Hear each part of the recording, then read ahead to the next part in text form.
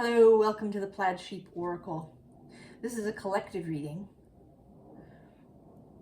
not associated with any particular astrological aspect or transit or anything.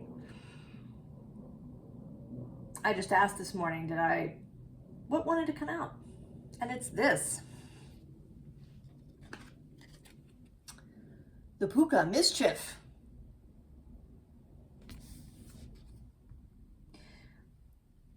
Now the card is about this spirit causing mischief in your life. It's kind of a shape-shifting, trickstery energy, the Puka. But this is asking you to be mischievous. If you've read the Harry Potter books, you know about the Marauder's map. And that the spell to close the map is mischief managed.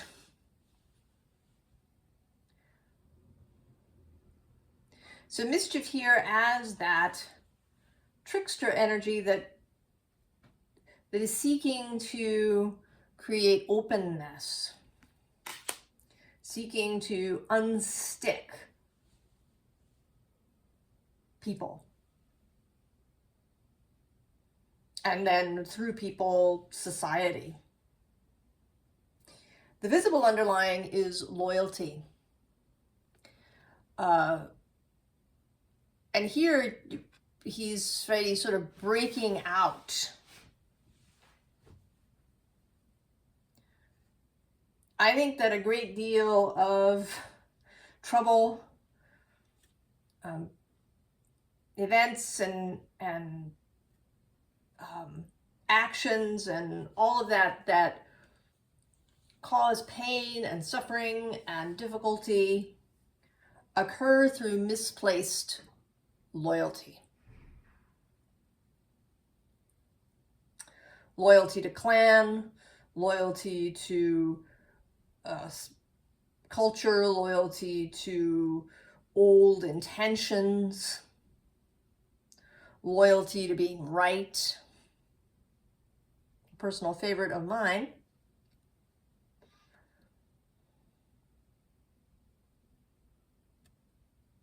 It can keep us stuck, right, in this stone of where we are. Below it is the harpy with chaos. So there's a little bit of chaos that's trying to come out. And that can be one of the reasons that we are loyal to things. We want to keep things as they are.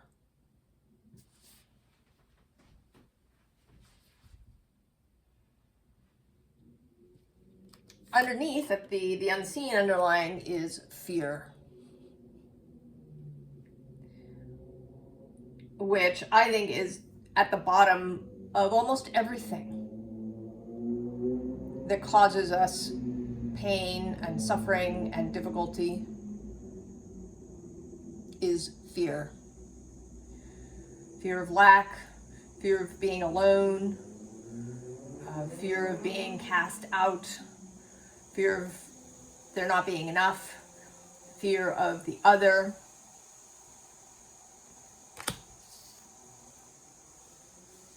If we're not loyal to something, we could be seen as bad. We could be shamed for it.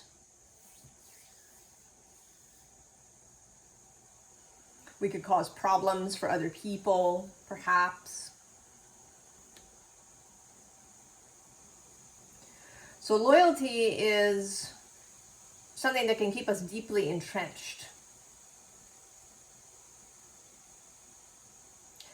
And rather than, wanting to kind of meet head on, right? We don't want to attack loyalty.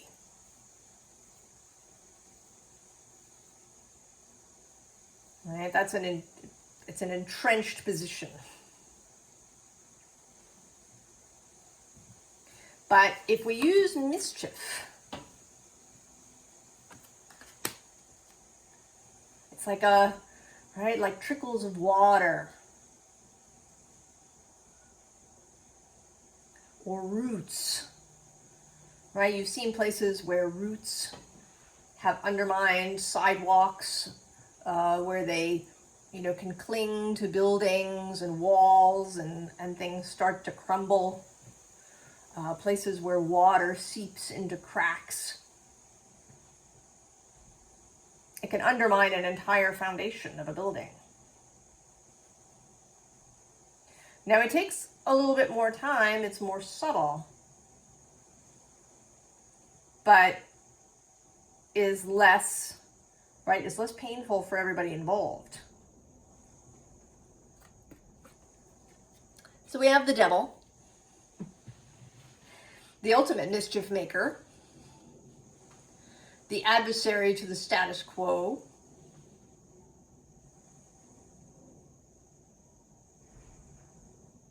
and how does he do his work? He could be loud and obnoxious, he could attack, but, right, does that really work over time? It might work temporarily, but for real change, to really bust up the foundation,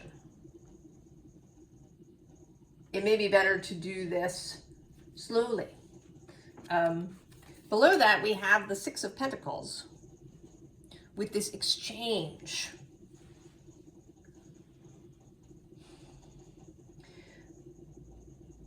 Dropping ideas into places in such a way that they are accepted rather than, trying to batter the walls down. And below that is the Fool. And this is kind of an interesting Fool. He's not leaping into action. Both figures here are still. There's consideration before heading out. And then the bottom of the deck is the Knight of Cups. That the basis of all of this is love and loving intention, gentleness, sweetness, romance, seduction.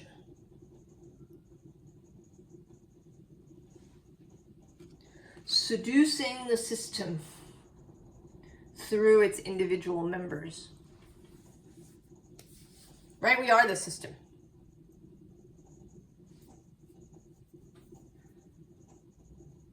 We're all intertwined.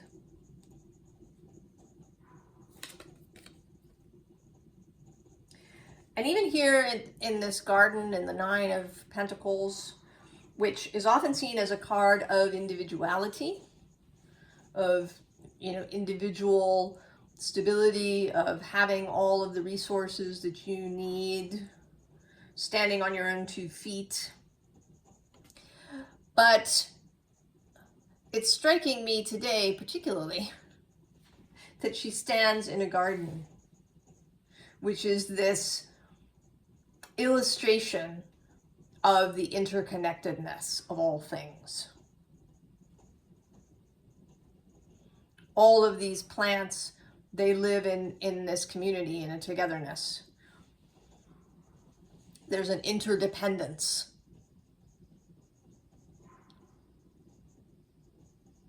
We can, right, stand on our own 2 feet, have independent means and resources, but we're still not separate, even if we would like to be. We're part of the continuum, part of the web. And although that can be disturbing or can give you pause or make you feel like you want to, pull back even further, it also gives us an enormous amount of influence.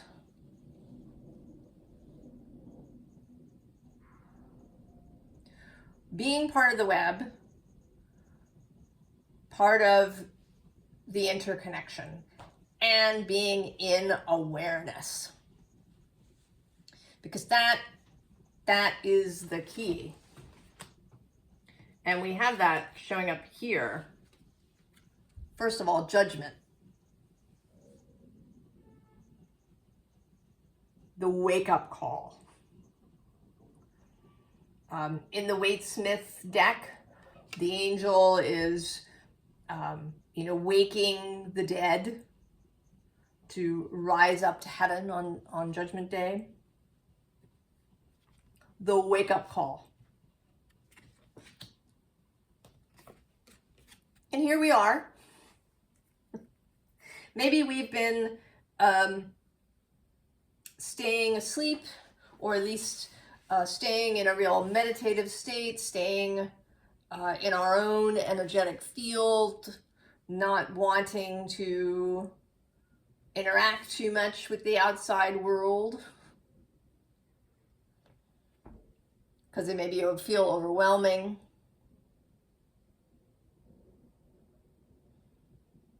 But nothing will change if we who are here in this spiritual journey, who have an understanding that reality is interconnected, if we don't wake up. And not so much that we don't, we are awakened to these truths, to the fact that reality is more than we see in front of us. The waking up here, I mean, rejoining fully the collective. In the sense of taking up a kind of responsibility to make mischief. To drop these ideas wherever we can. All right, so we have temperance. To recognize that we're standing in this water. We're part of it. Our ability to influence is enormous if we are aware, if we have the intention of our influence.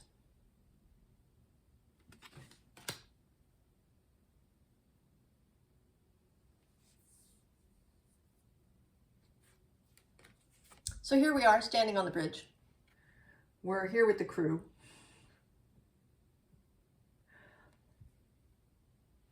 Pausing, considering, looking ahead, thinking about, what may lie ahead. Behind us, underneath here, is the Three of Swords. And that may be part of what's giving us pause. That we're a little concerned. We've been burned, perhaps. Or you may feel that if you send your mind out, your consciousness, that you'll encounter a lot of pain.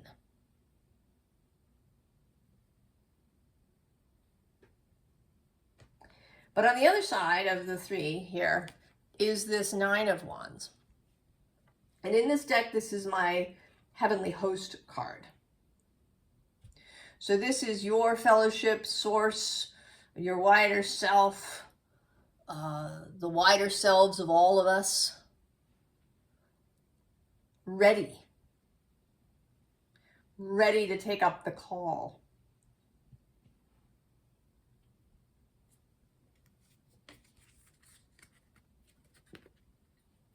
The bottom of the deck is the King of Wands. Now he does not hesitate. He doesn't act without reason. He doesn't act without inspiration. He's not going to act just for the sake of acting. But when he is inspired, he doesn't wait. He's not afraid of attention. This is also Leo's card. He's not afraid of being seen, of people coming up to him, of people being attracted to him and to what he has to say.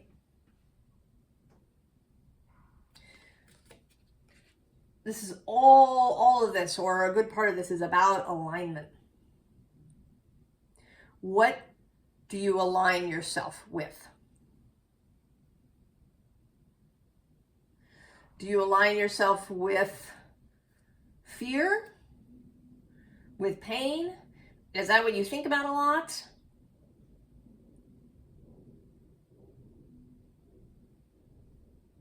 You may attract those things. The world is, right, it's filled with energies, with people's thoughts and feelings. They're all out there. And I don't even know, I think we have difficulty conceptualizing because we're used to this solid existence. So I think that we don't, we try to put parameters around non-physical. We talk about things like dimensions or realities, or, right, we try to give it a kind of physical context. But I think all of that is a little bit of an illusion. It's just a practical measure so that we can have some conceptualization. But all of this is out there in some way. And you're moving through it. So what is it that's attracted to you? What is it that sticks to you?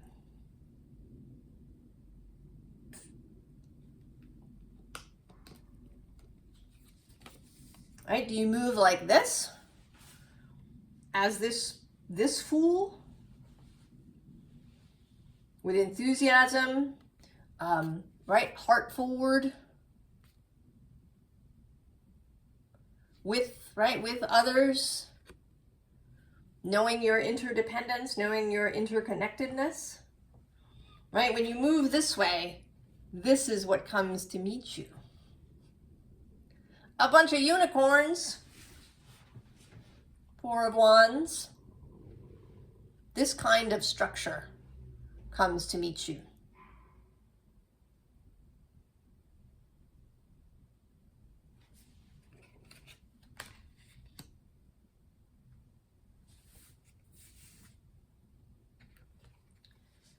And then the Queen of Pentacles. So there's a space for this enthusiasm, this lightheartedness, this inspiration.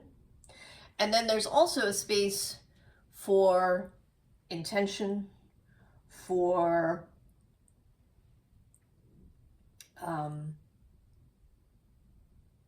care around the body,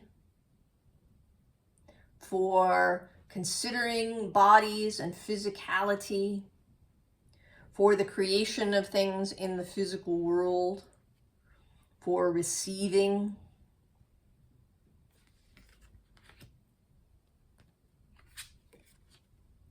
And then Page of Cups for visioning. This card actually came out in the pick a card I did, inspired by the Lovers in the final pile. And it came through not so much as scrying in order to see the future, like Galadriel's mirror, but in visioning.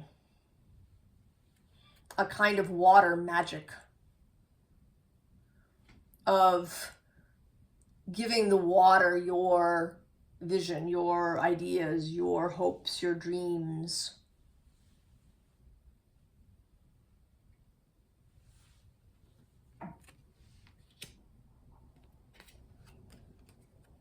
And then the Ten of Swords, which is a willingness to feel a lot.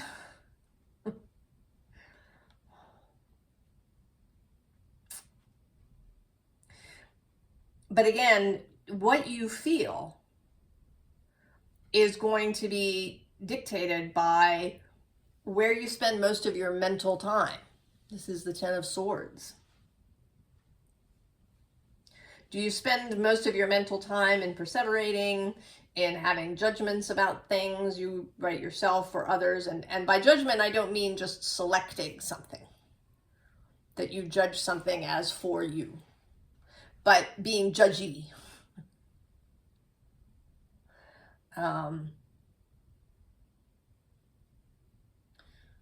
Right, in fear, in feelings of isolation or loneliness, or, you know, do you tend to be attracted to stories about, you know, hard luck or pain or loss?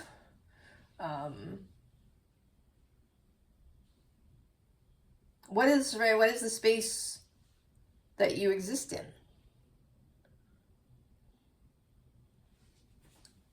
If you exist in these spaces, then there's a, you know, you're going to feel that everywhere you go. But you don't have to.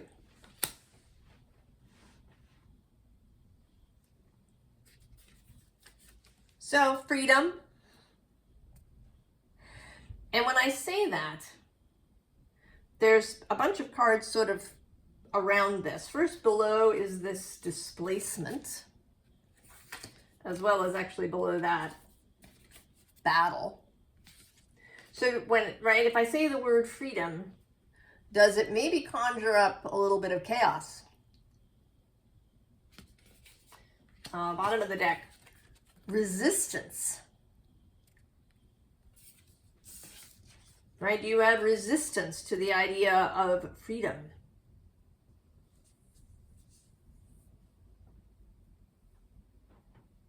Do you feel like there need to be a lot of structures? There need to be a lot of laws. There need to be a lot of rules. Because otherwise people will do terrible things.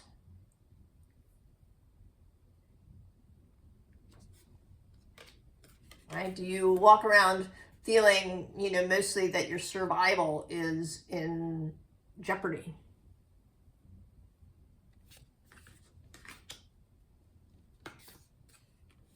Are you beset by ghosts everywhere you go? All right, what are the thought forms that you're encountering? Do you see yourself as, you know, in the rain, soaked, right? It's not even about communication here, because we have this, right, this rain leaving you kind of bedraggled and soaked, and feeling maybe with communication like you need to warn people about terrible things. Or, right, is it raining luck?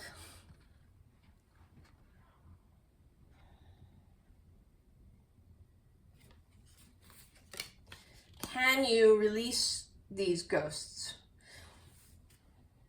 Can you consider where is your loyalty? Are you being loyal to a worldview? You know, I've had this thought sort of pass through my mind, a little fear thought. You know, if I really release this stuff, if I just get better and happy and joyful, will I have anything to say? Or will I alienate people? Right? Will I seem like I'm, you know, talking off of a high horse? Will I seem, you know, will I kind of lose connection? Because so often we make connection through traumatic stuff, through complaining. You know, I've certainly, in places where I've worked, the primary communication among people is complaining, right? Complaining about the boss, or complaining about the company, or complaining about the customers, or our coworkers, right? There were these bonds formed through complaining, through adversity. And often these bonds can be really, really strong. We see that, right, certainly in war, the bond that's formed through that kind of adversity, facing danger together. But if that's the only way, to create the bond, then you're in trouble, because then you have to keep manufacturing danger to keep the bond alive.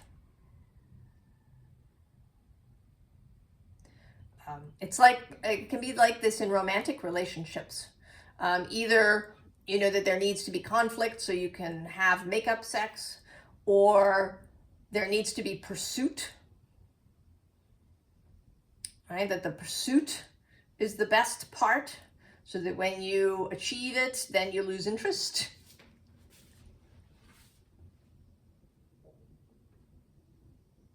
And you just go from relationship to relationship to relationship.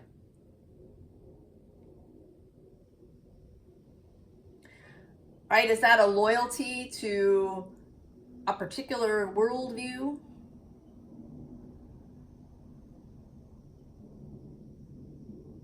A loyalty to the idea that it has to, that this is the only way that it works, right? This is human nature, people say. Is it necessarily? I mean, yeah, maybe that's the easy route, right? Maybe shared danger is the easy route to intimacy. But is it the only one?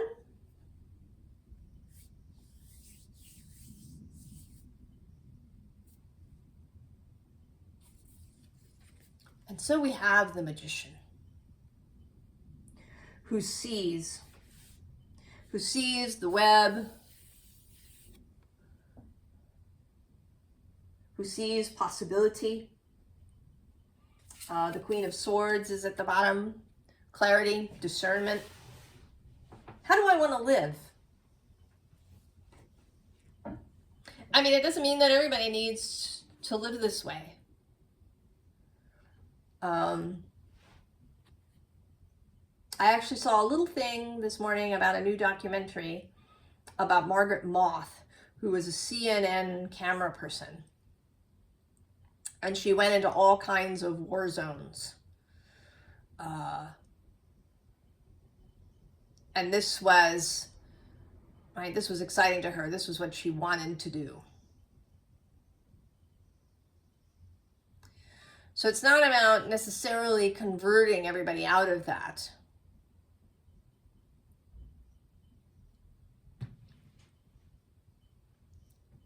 But maybe showing people that there's other ways, perhaps. That maybe it isn't only war that will provide the kind of feeling that's desired. So discernment, picking the places where you're gonna be mischievous.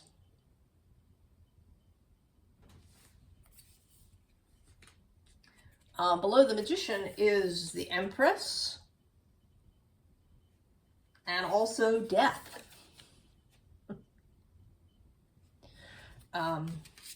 So there's a willingness to receive, a willingness to transform that which, is stone. Because that can be a thing too, right? You could feel that if you break out of this, that you're just going to be floating free and there won't be anything to stand on. Right? Standing on chaos may sound disturbing. And actually right below this chaos is this chimera, which can also feel frightening. Diversity, strangeness.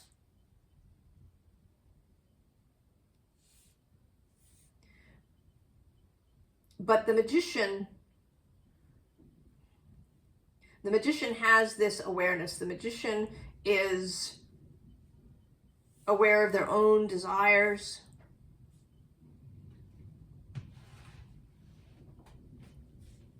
aware of, right, the workings of the universe,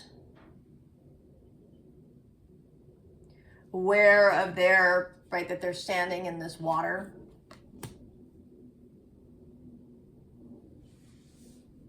That it is all interconnected.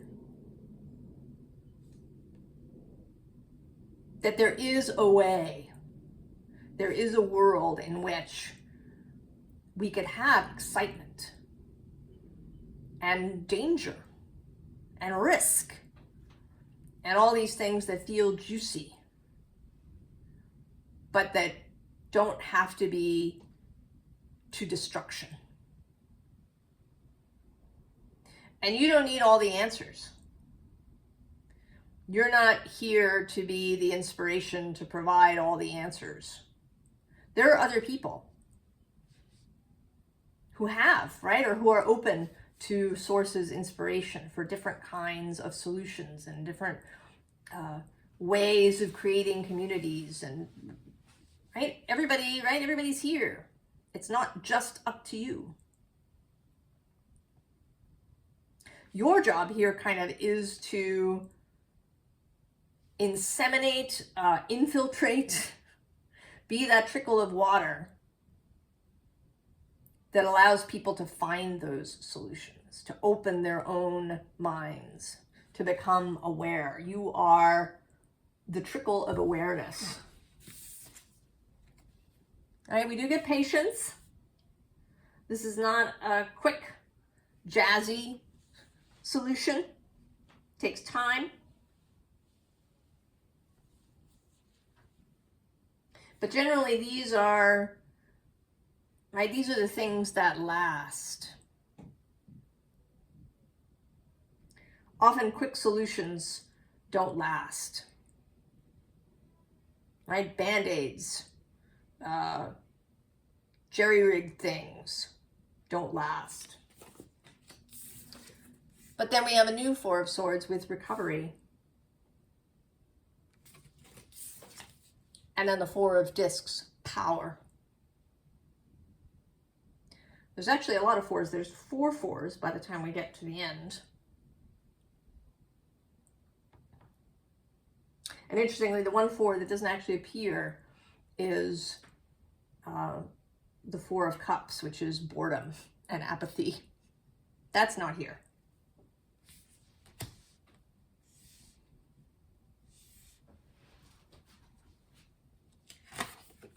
And then strength.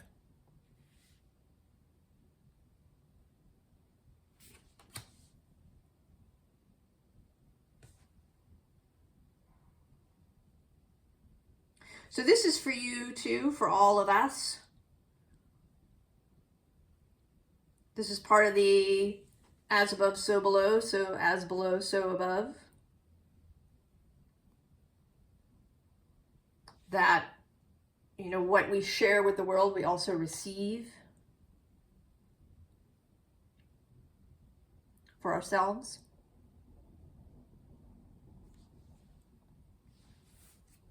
Specific advice. First of all, 3 of Pentacles. This is a collaborative enterprise. It's not just about any individual one of us. It's also not just about us, the human beings here. This is a whole collaborative effort between all of us, between the universe, source, our fellowships, the planets.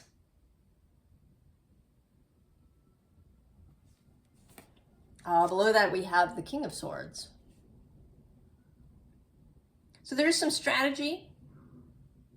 There is the need for clarity of mind, for being clear on your own thinking, on what you believe, and on what you spend your days. Where does your mind go on a daily basis? The bottom of the deck is the reappearance of the King of Wands. And here, since he's a vampire here, desire, your personal desires, wants, the willingness to feel desire, the willingness to sometimes be carried away,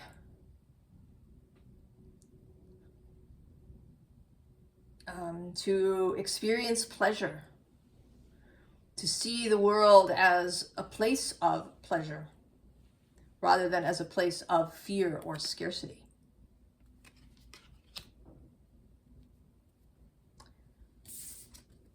Five of Pentacles.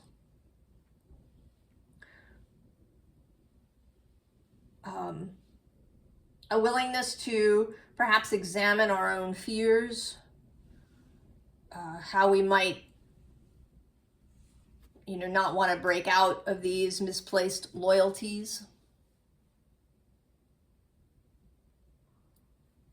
that we might, feel alone every now and then in this process, even though our mind knows we're interconnected and that there is enough. So being kind to yourself when you have these moments.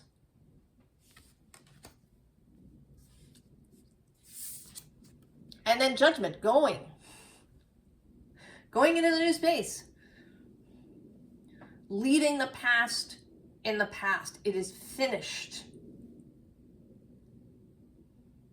Sometimes it can feel really satisfying to examine things from the past, to go over things, review things. Let it be in the past. The past is not a map to the future. We often talk when planets, particularly the personal planets, have retrograde cycles, that we can, end up thinking perhaps about the past. I say you don't have to. Certainly not the distant past. You can think about, maybe stuff you did recently. How did it go?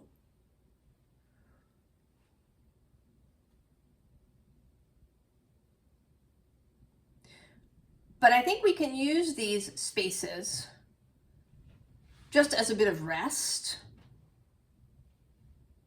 Right? Mars in retrograde, as he will be starting December 6th, could be, right, a time to rest. No reviewing of the past necessary. There might be some reviewing of beliefs instead.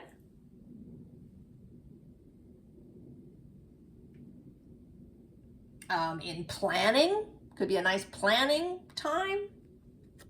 Leave the past in the past. I have to tell myself this regularly. Ace of Cups. Take the cup. Take the joy, take the pleasure, take the happiness, take the wish fulfillment, take the feeling better. Just take it. Take it, take it, take it. You don't have to be loyal to your pain, to anybody else's pain, to the healing journey, to any of it. That is not a requirement.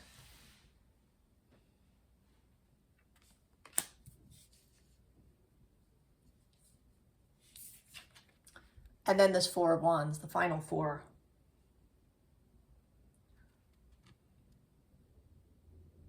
Oh, there's actually 5 fours. I miscounted. There's 5 fours. The Four of Swords twice, the Four of Wands twice, and the Four of Pentacles.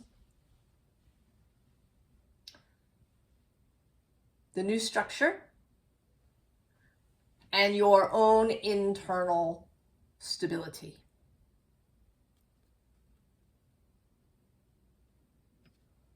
Right, your own ability here to receive inspiration, to receive assistance, to receive resources, to receive enthusiasm, receive community.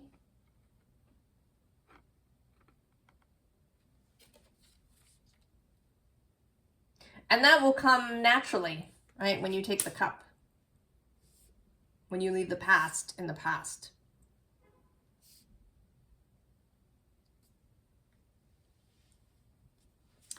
The King of Swords, too, is about independence of mind. Knowing what you know. Not always relying on other people's opinions about things. What do you know?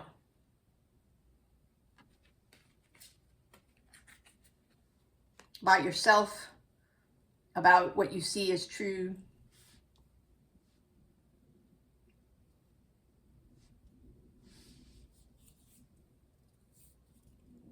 So go forth and be mischievous.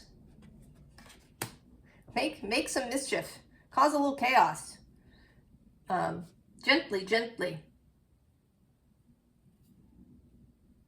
Have fun. Right? This is about inspiring fun, right? It's kind of it's like a fairy energy.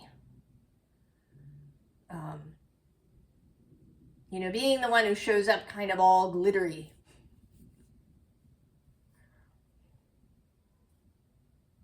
Being the one who, you know, inserts doubt into people's cracks. You know, doubt about their own needing to be, you know, do I really need to be loyal to that? Is that absolutely necessary?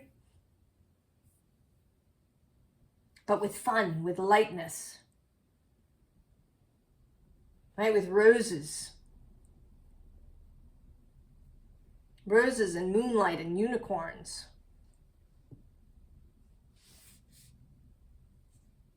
Right? You and the crew.